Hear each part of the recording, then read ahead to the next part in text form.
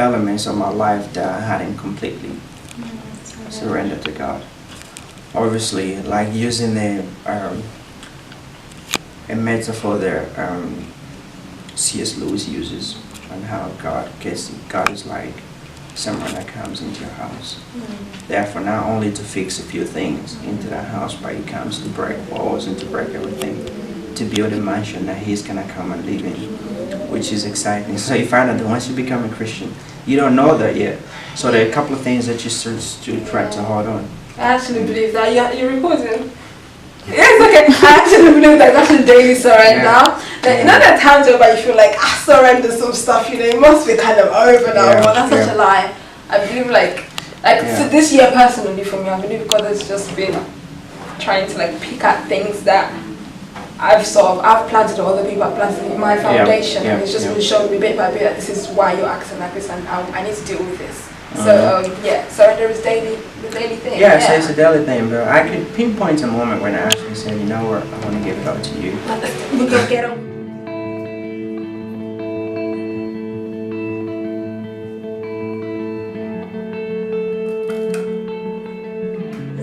You know, they normally say that time heals a broken heart, but I actually believe Jesus heals a broken heart. It's not about the time. I think when you surrender it to Jesus, He heals a broken heart. Because the funny thing, I know that people say time heals a broken heart, but you find out that you get into another relationship, you're still scared of your heart being broken. I'm like, if time heals a broken heart, why are you scared of it being broken again? Wow. Not saying that you're not being cautious or anything like that, but time, obviously, with time, things get a lot easier. You learn how to cope with it, but it doesn't mean that the wound is not there. It doesn't mean that the scar is not there. It doesn't mean that scar cannot be reopened again. After that, I spoken to one of my friends and like, this is happened. It was just like, you know what, you'll never know what it really means to love someone until you are comfortable with loving God, just God. Can I clap? So yeah, I did that, and a couple of months after that, and I met my girlfriend that I'm with now, and hey girlfriend. Yes, I met the girl that I'm with now, and knowing that, like, I knew that from the moment I saw her that this was the girl that God was sent for me, because not only that I see how beautiful she is, but I see the reflection of Jesus in her life. And she draws me closer to God every day and every day. And there's never been a day when each one of us have thought about going beyond the boundary of pursuing sex or what. It doesn't mean that we're not sexually attracted to one another. Yes, we are, but we know that enjoying for the glory of God is even much more pleasurable than actually just pursuing that on its own. So yeah, that was the moment I surrendered to God. Being promiscuous or having lustful thoughts, these are not things that just once you become a Christian, that means you're immune to that. You're not going to look at a woman and be like, wow, this guy, no, that's a lie. And a guy came up to me and said, you know what, the moment I became a Christian, I see nothing no more. I'm blind to it. These eyes are somehow, you know, but I remember there's verse in, I think it's in the book of Job, where Job said, I made a covenant with my eyes not to look upon a woman lustfully. And I thought about that and meditated on that every day, you know, praying to God that I want to do that, but it's very hard.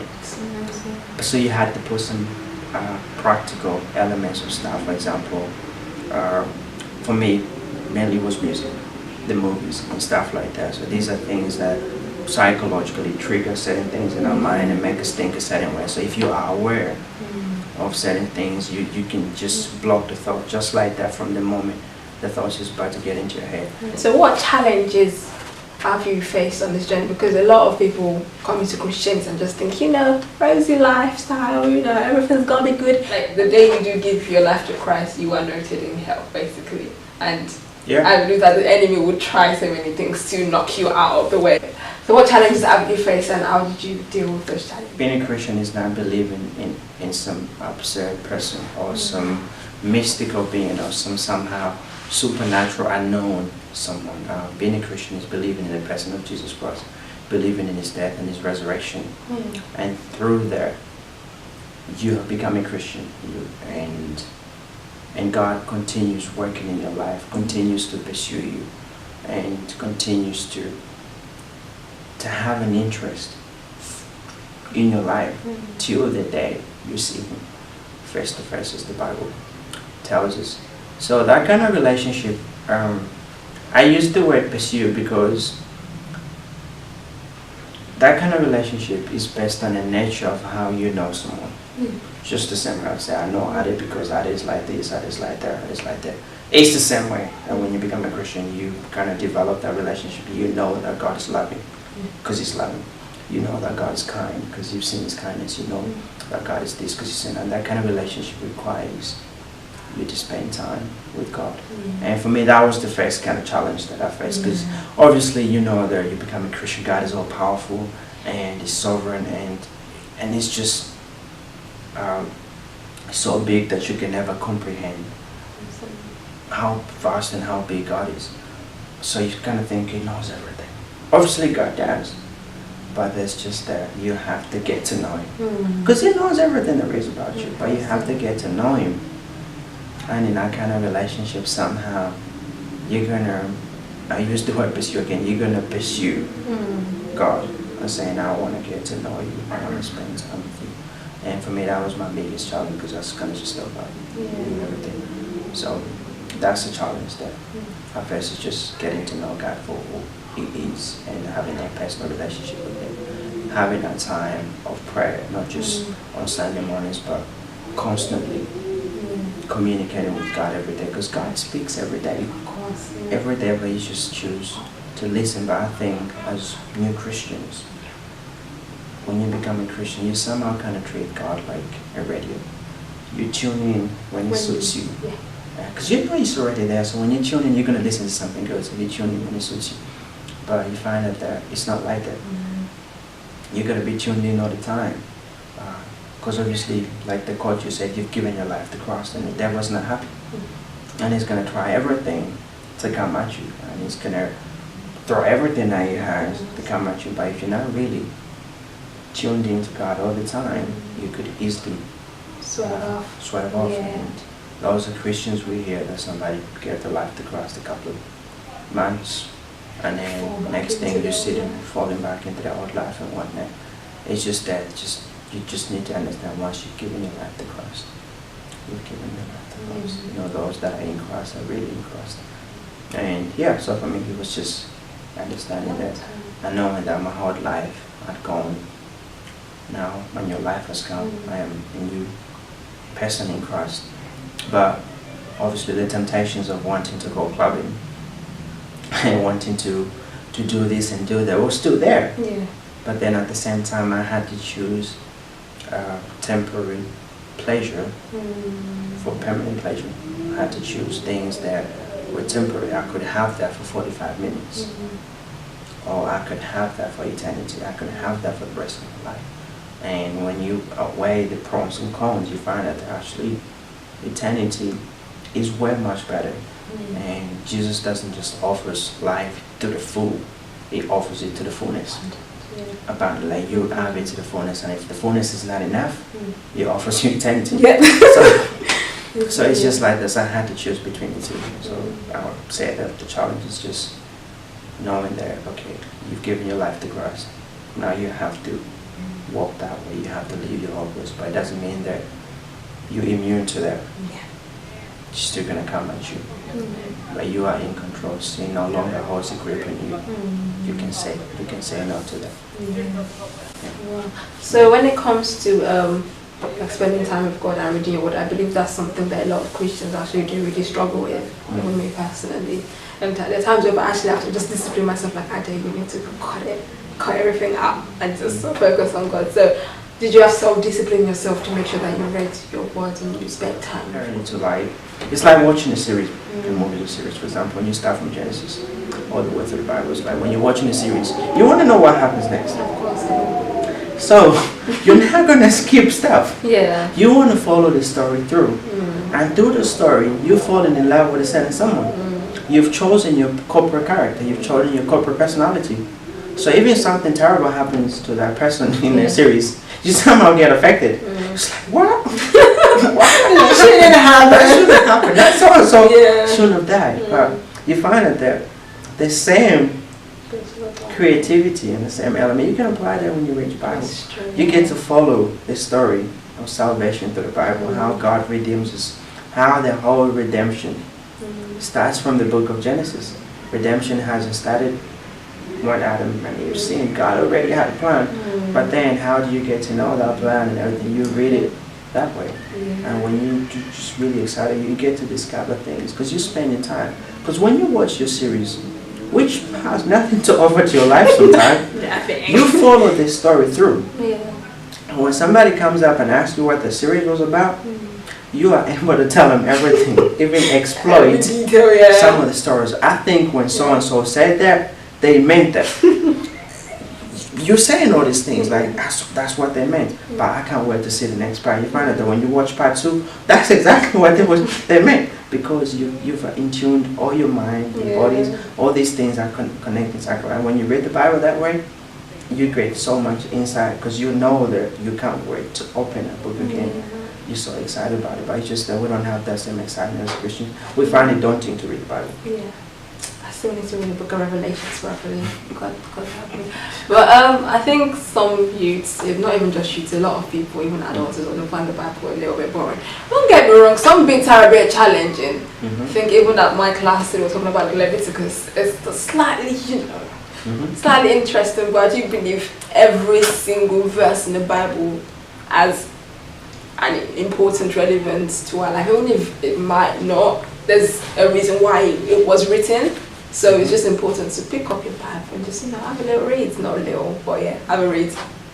Maybe a big chunk if you want. Or maybe just a verse could do. Just read the whole thing. Yeah, just read the whole thing. Follow on Bible app, do something. But the Bible is very important, and without the word, you won't be able to understand what truth is. So if someone is telling you a lie, you just believe whatever they're telling you.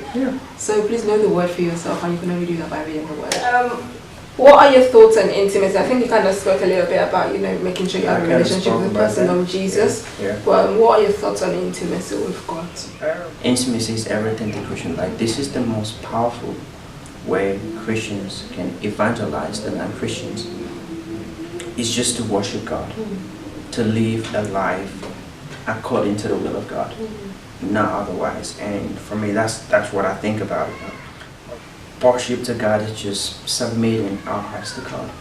God is saying, I will with your noise, I will with your music. I'm not interested. I'm not interested in how good your worship is going to sound. I'm not interested in how much offering you guys are giving. I'm not interested in that. I want true worshipers that are going to worship me in truth and in spirit. And when I read that passage, I was just like, wow, that's just kind of crazy. And it says, let righteousness roll like a river. And you just see that like ever-flowing stream, like the stream doesn't stop, like it just continues flowing. And we see their kind of thing, the children of Israel, God will do something good to them, and they'll obviously worship God for a couple of days. They go off doing other things. And we are like that. We are like that. And God is saying, like, you know what, I'm not interested in that. I'm not interested in your emotional kind of way that once you worship God, you're crying and whatnot the next day. No, I'm saying, like, I don't want that. I want true worshipers that worship me in truth and spirit. And for me, that's what it means to have intimacy with God. It's just never being separated from God. Just always being aware of the presence of God. Even when you've done something wrong, like this is something I can testify to all the time. Even when I've done something wrong, I'm not always perfect. I know that I've sinned pretty much every day. But then the conviction of sin in my life is so strong that I know that that's the most loving thing God does when I've done it, to show me that He's nearby, to show me that His presence never leaves me. Because if I was finding sin comfortable, if I was thinking sin was just a bad idea, I would question my faith. But if I'm being convicted and saying that it's wrong, I know that that's the presence of God. So even in that moment, God still has a relationship with me, and for me that's what it means to have intimacy with God. What advice can you give youths that are not saved, youths that maybe are saved, or youths that are finding the Christian journey quite challenging at the moment? So what advice would you give them? Yeah, That's the question I always ask myself. What advice would you give to someone? And I'm just like, for me, like saying, like, as the youth, we have a whole lot of struggles. Come on, to it. Especially, you know, growing up in this generation where it's an autonomous generation. Wherefore, I decide what's wrong and right. I am self-justified, therefore I can do whatever I want. And no one really says anything because it's my life and whatnot. So it's very challenging just to, especially for young Christians youth who go to schools there with friends that don't hold the same faith, or with friends that either of other religious beliefs and whatnot. And you find that just saying, I believe because the Bible says so, I believe because my parents brought me that way, is not good enough. And somehow that can even lead to them losing their faith because they just don't have enough solid ground to stand on for what they believe in. But for me, I believe that having these kids shaped with good biblical teachings and biblical understandings, and also letting know that the elders of the church, their kids don't have a baby Holy Spirit. They have the same Holy Spirit that is working in the pastor. Is also working in the 2-year-old who just gave his life to Christ, if he's capable of doing it. Know that you're going to face challenges. People are not just going to let you sit there and be like, you know what, since you believe that, we're going to believe that. Because believing in God these days is like going to the supermarket. And when you go to the supermarket, you want to buy, obviously, let's say, wash-up liquid. There's different ranges of wash-up liquid. Like you can find some are green, some are blue, some are yellow. They all do the same thing. But then, that's not the same way you're gonna treat issues that are fundamental to life. When you're talking about faith in God, you're dealing with a matter of life and death. You're dealing with the issues that are fundamental to life, and therefore you should take it seriously on this age for truth. As a Christian who's just become a Christian, that's what it's always been about. It's just knowing that, and once you know that, your faith is stable. Your foundation in Christ are rooted. And therefore you're going to continue pursuing Christ because you don't know everything there is to know about God. But you're going to continue knowing Him, and He's going to continue revealing Himself to you. And yeah, I mean, that's what it's always been about. Yeah. You heard it, guys. You heard it. So yeah. But I'll put just send me the picture of the book or something. Right here? I'll see it. You might not. Can you zoom in? Is that possible?